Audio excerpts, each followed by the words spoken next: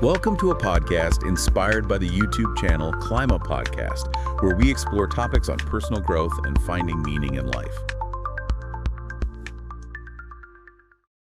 Okay, let's unpack this. Welcome. Hey there. Today, we're really digging into something pretty fundamental, I think. How these tiny, everyday choices, they can actually stack up to, well, change your life. That's exactly it. Yeah, we're looking at how to build habits that, actually stick. We're drawing from a summary of a really well-known book on this. Right. Okay. And our goal here is simple. Pull out the absolute core ideas, the essentials from this source material. Basically give you a shortcut to understanding these powerful concepts. We've got 5 key takeaways lined up. They sort of build on each other to give a good picture. Okay, this is where it gets good. Let's dive in. So the first big one that kind of underpins everything from the source is this idea of 1% improvements. It sort of pushes back against needing these huge dramatic shifts, right? Exactly. The argument is getting just that tiny bit better, 1% better each day. It's not about hitting it perfectly right then. It's about the incredible power of, compounding, that slow build over time. Think about it, 1% better daily for a year. The source says you end up, 37 times better? That number is just, wow. And the example they use, the British cycling team, it illustrates it perfectly. Yeah. They didn't suddenly find superstars. They obsessed over tiny details, marginal gains. Right, like slightly better bike seats, maybe lighter tires. Even how they washed the gear, the massage gel, Yeah. things you wouldn't think matter. Exactly. And none of those alone wins you anything. Nope. But stack them up, one tiny improvement after another, that created this edge. Olympic gold kind of edge. It shows focusing on the process, those small steps. That's often better than just staring at the huge end goal. Precisely. It's like saving, $1 a day. Feels like nothing at first. But it builds. So the message for you listening is pretty clear. Don't get overwhelmed trying to change everything at once. Pick one small thing, a 1-minute stretch maybe. Let it snowball. That's the idea. And building right on that, the source material really unpacks the how behind habits. Good ones, bad ones, all of them. It introduces this idea called the habit loop. Okay, the habit loop. Understanding this seems, pretty crucial. Because it's the pattern you need to work with, right? To build or break a habit. Totally. It breaks down into 4 steps, Yeah. always in this order. Cue, craving, response, and reward. Cue, craving, response, reward. Let's take a common one. Yeah. Checking your phone. The cue might be the screen lighting up or a buzz. Right. Happens all the time. That cue triggers a craving. That urge to see what's new, connect, maybe just kill boredom for a second. Your response. You pick up the phone, open the app, Yeah. and the reward. Maybe you see a message, something interesting.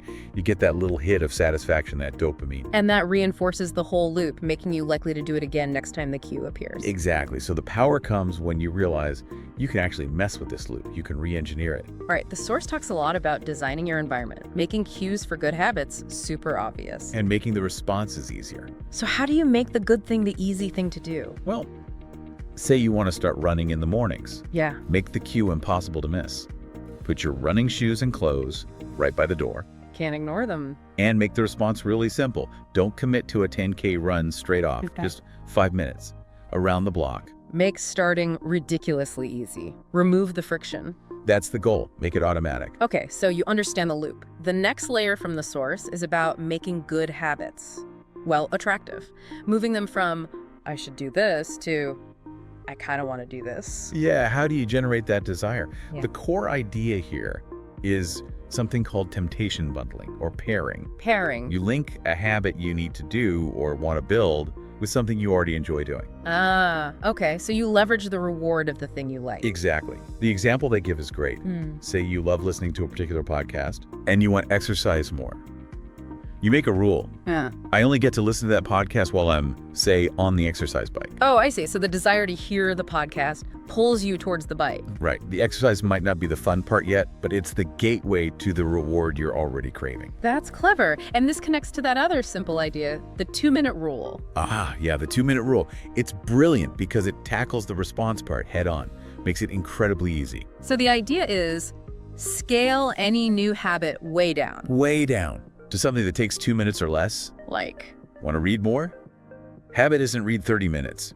It's read 1 page. Okay. Want to meditate? Meditate for 1 minute. Want to learn guitar? Take the guitar out of its case. So the goal isn't the big result right away. It's just showing up, mastering the start. Exactly. You make starting so easy, so non-threatening, that it feels almost silly not to do it. That makes it attractive in its own way, achievable. That makes a lot of sense. Make it obvious, make it easy, make it attractive. But, the sticking point is often actually sticking with it. So the fourth takeaway from the source tackles this: the importance of tracking your progress. Yeah, tracking is key for a few reasons. Seeing your progress visually, Yeah. that's actually its own kind of cue and reward. Like checking off a box on a calendar. Exactly. Or seeing a streak build up in an app. It gives you that immediate feedback, that little win, which reinforces the behavior. It's like proof you're doing it. And the source suggests simple ways, right? Yeah. A calendar, an app, even just a notebook. Keep it simple. The main thing's doing the tracking consistently. But let's be honest, life gets in the way. You're going to miss a day sometimes. Oh, absolutely. And the source has a really practical rule for this: the never miss twice rule. Never miss twice. I like that. Because one missed day can so easily become 2, then 3. And suddenly the habit's gone. Right. The point isn't perfection. Nobody's perfect. It's about consistency over the long haul. Exactly. So you miss one day. Okay, fine. Don't beat yourself up. But the absolute focus is making sure you don't miss the next day. Get back on track immediately. It builds resilience, prevents that spiral. Yeah, it acknowledges that slip-ups happen, but they don't have to derail everything. It's about bouncing back quickly. And that leads us to maybe the deepest idea in the source material, the one that really ties it all together. Okay. It's this concept that your habits are actually shaping who you are, your identity. Wow. Okay. That shifts things, doesn't it? It's not just about the goal, like I want to lose weight. Right. It's about becoming the type of person who is healthy.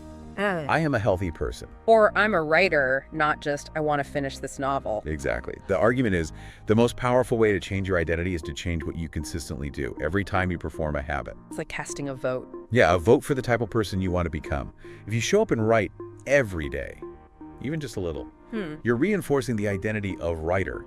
And when your habits lined up with that desired identity, things just click differently. It feels more natural. The motivation isn't just external anymore, like hitting a target. It's internal. You're acting in line with who you see yourself as. So thinking I'm someone who prioritizes fitnesses makes taking the stairs feel normal, less like a chore. Precisely. It becomes part of who you are. It's this really powerful feedback loop. Habits build identity. Identity drives habits. It's about becoming that best version of yourself, but like one tiny habit at a time. That's the essence of it. So let's wrap this up. What does this all mean for you? We've dug into these 5 core ideas from the source. First, that power of tiny 1% improvements compounding. Right. Then understanding the mechanics. Yeah. The habit loop cue. Craving, response, reward. And then the strategies. Making habits attractive and easy, using things like pairing and the 2-minute rule. Don't forget tracking progress and that crucial never miss twice rule for resilience. And finally, maybe the biggest shift, focusing on identity, letting your habits shape who you become. Together, these really offer a kind of blueprint, moving away from just wishing towards actually building systems that create change. So it leaves you with a really interesting question to think about. If those small daily actions, those habits, are casting votes for the person you're becoming, what identity are you aiming for? And maybe more importantly, what single tiny habit could you start today to cast just one vote for that future self?